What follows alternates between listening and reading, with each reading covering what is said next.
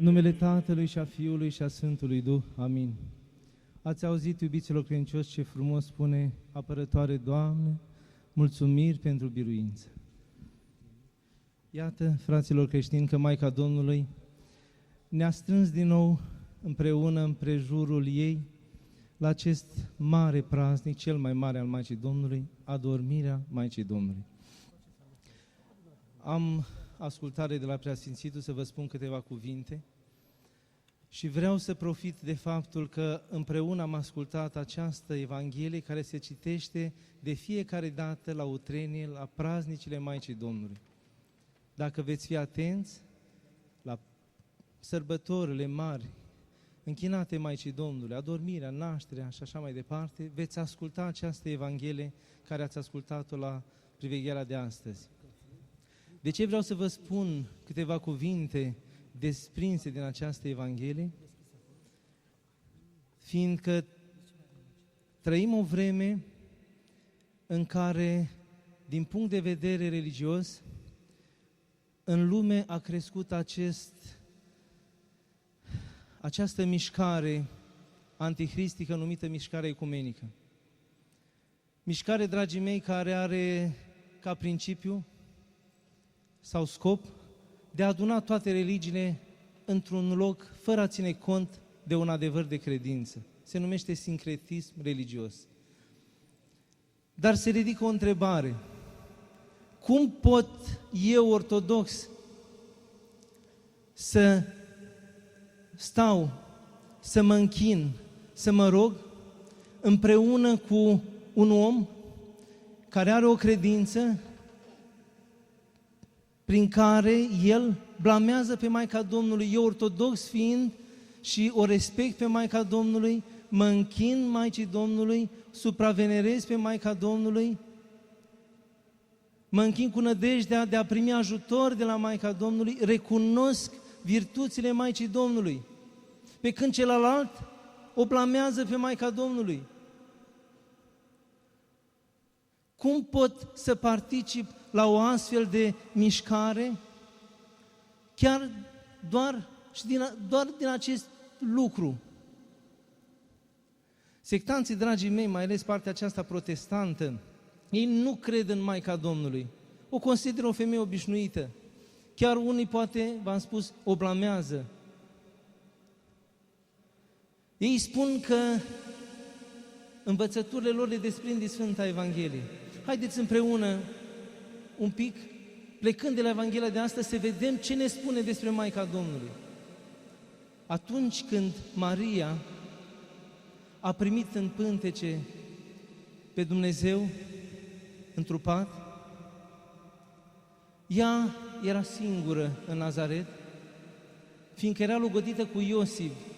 Încă nu avusese loc cununia, doar era logodită și până la cununie ei nu aveau voie să stea împreună. Iosif era plecat cu munca lui în alte părți, iar Maica Domnului era singură în Nazaret. Primind pe Mântuitorul în pântece, atunci, știți lucrul descris la Buna Vestire, a alergat la prietena ei apropiată, Elisabeta, care nu trăia în nord, ci trăia în Iudeea, lângă Ierusalim. A alergat la ea, a ajuns la ea după câteva zile acasă, a intrat în casa lui Zaharia și s-a închinat Elisabetei, spune Sfânta Evanghelie de astăzi. Iar Elisabet, când a auzit închinăciunea Mariei, săltata pruncul în pântecele ei, fiindcă Elisabet era și ea însărcinată de 6 luni cu Sfântul Ioan Botezătorul. Atunci când Maica Domnului s-a închinat, în pântecele Elisabetei, Sfântul Ioan a săltat, iar Elisabeta a simțit acest lucru. Și de aceea spune, săltata pruncul în pântecele ei. Și atunci Elisabeta, dragii mei, spune Sfânta Evanghelie, s-a umplut de Duh Sfânt și a strigat cu glas mare și a zis, binecuvântată ești tu între femei și binecuvântat este rodul pântecelui tău. Iată, dragii mei, cine spune Sfânta Evanghelie pe care o și sectanții. Se spune că Duhul Sfânt a coborât peste Elisabeta, a umplut-o de Duh Sfânt și Duhul Sfânt Dumnezeu a vorbit, i-a pus Elisabetei aceste cuvinte. Dumnezeu a spus, binecuvântată ești tu între femei și binecuvântat este rodul pântecelui tău. Și spune mai departe, și de unde mie aceasta? Ca să vină, fiți atenți cine, Maica Domnului meu la mine. Adică să vină Maica lui Dumnezeu la mine, spune Elisabeta, plină fiind de Duhul Sfânt. Deci Duhul Sfânt a vorbit prin Elisabeta. Dragii mei, Sfânta Scriptură spune acest lucru. Iată cum recunoaște pe Maica Domnului că este binecuvântată între femei, recunoaștere de la Dumnezeu. Iată cum spune că ea este Maica Domnului meu, deci este Maica lui Dumnezeu. Și Sfânta Evanghelie spune mai departe că și a zis Maria, mărește suflete al meu pe Domnul, că s-a bucurat Duhul meu de Dumnezeu Mântuitorul meu, că au căutat spre smerenia roabei sale, că iată de acum mă vor ferici toate neamurile, că mi-au făcut mie mărire cel Sfânt, mi-au făcut mie mărire Domnul și cel Sfânt numele Lui și Sfânt numele Lui. Iubiților credincioși, Maica Domnului a fost crescută la templu, a fost crescută și educată la templu. Acolo învățații, preoții, rabinii învățau pe fecioarele acestea care erau la templu din scripturile lor. O parte a acestor scripturi ce erau? Prorociile. Și o parte din prorocii, dragii mei, despre cine erau? Despre Maica Domnului. Citind în Psaltirile, Catisma 6, veți vedea prorocie despre Maica Domnului. Și citind prorocii, veți vedea prorocit despre Maica Domnului. Bisericile ortodoxe, dragii mei, care au al doilea turn, în al doilea turn, în boltă, al doilea turn este pictat Maica Domnului și coboară înconjurată de îngeri, arhanghel, iar la un moment dat, tot în turn, la bază, sunt pictat prorocii care au prorocit despre Maica Domnului. Și cu ajutorul Lui Dumnezeu le veți vedea acest lucru, sper cât mai repede, când se va termina și pictura începută deja în spatele bisericii. Maica Domnului știa aceste prorocii.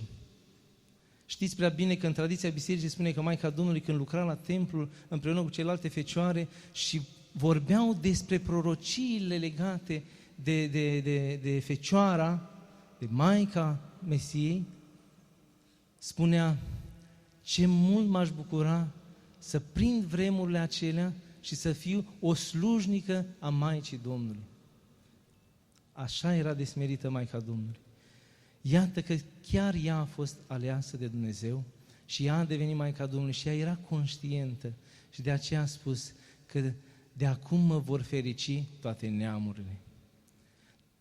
Iată, dragii mei, o evanghelie scurtă și din această evanghelie vedem cum Dumnezeu ne-a lăsat despre Maica Domnului, că ea este binecuvântată între femei, că ea este plină de dar, că pe ea o vor ferici toate neamurile, lucru care îl veți găsi în Biserica Ortodoxă adevărată.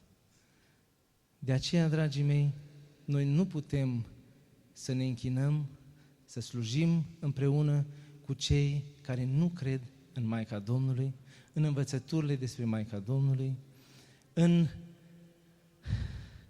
în a supravenera pe Maica Domnului, în a avea aproape fiecare din noi prin rugăciune și printr-o relație personală cu Maica Domnului. Noi rămânem ortodoxi și fii ai lui Dumnezeu și copii ai Maicii Domnului. Mâine veți asculta o altă evanghelie în care veți auzi o altă mărturie, fiți atenți, din gura unui om necunoscut din poporul iudeu. Mâine veți vedea pe Mântuitorul în casa Martei și a Mariei. O veți vedea pe Marta căutând să pregătească masa. O veți vedea pe Maria stând la picioarele Mântuitorului și ascultând cuvintele Lui. Îl veți auzi pe Mântuitorul spunând atunci când Marta și vine, Doamne, spune Mariei să mă ajute. Și Mântuitorul spune, Marto, Marto, de multe te grișești și spre multe te silești. Doar un lucru îți trebuiește, Maria, partea cea bună și-a ales. Cu toate că Mântuitorul a stat la masă și a apreciat munca Martei, dar mai mult a apreciat pe faptul că Maria asculta cuvintele lui Dumnezeu. Și spunând și alte cuvinte, poporul care era în jurul casei Martei și a Mariei și auzind aceste cuvinte, era încântat și s-a ridicat un glas din popor necunoscut și a spus așa: fericit este pântecele care te-a purtat și sânii la care ai subt. Iată o mărturie despre Maica Domnului, adică fericită este cea care te-a purtat și la sânii la care ai subt. O altă mărturie din popor. Cum să nu iubim pe Maica Domnului?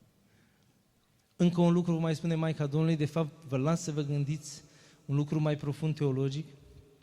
Iubiților credincioși, noi ortodoxi mărturisim prin crez, credem în învierea morților. Credem, suntem convinși că va veni un timp când se vor auzi trâmbițele sunând, când vor auzi toți cei din mormântul glasul lui Dumnezeu, cum spune una din Evanghelia Învierii, când morții vor învia, când trupurile celor care au fost îngropați vor învia, trupuri duhovnicești, trupuri schimbate și va avea loc o judecată. Vă pun o întrebare. Cine din întreaga istorie a înviat cu trup duhovnicesc? Mântuitorul la înviere și mai este o singură persoană. Cine? La 3 zile după ce Sfinții Apostoli au îngropat-o pe Maica Domnului, a venit și Apostolul Toma, care a întârziat. Și el a spus, rugându-se de ceilalți apostoli: vreau să o mai văd pe Maica Domnului. Și apostolii i-au făcut acest dar lui Apostolul Toma și au mers la mormânt și au ridicat piatra de pe mormânt. Și când s-au uitat, după 3 zile, mormântul era gol. Și dacă ați fost atenți la troparele care s-au cântat, ce spune? Și tu, cum spunea la laude, și tu ești pururea vie. Maica Domnului, dragii mei, a fost înviată de Mântuitorul Iisus Hristos. Trupul ei a înviat. Atunci, la adormire, și iarăși fiți atenți mâine la cântări, a venit Mântuitorul și ce a luat? Sufletul ei. Dacă sunteți atenți la icoana adormirii și veți vedea pe Mântuitorul înconjurat de îngeri și are în mâini ca un copil mic înfășat așa, de fapt este sufletul Maicii Domnului și luminânda de la slujbă spune: iar tu, fiul meu, primește sufletul meu. A venit Mântuitorul, a luat sufletul Maicii Domnului și s-a înălțat la cer, iar trupul a rămas apostolilor și îngerii au fost lângă trup și au fost îngropați în mormânt. Dar după 3 zile nu l-au mai găsit. De ce?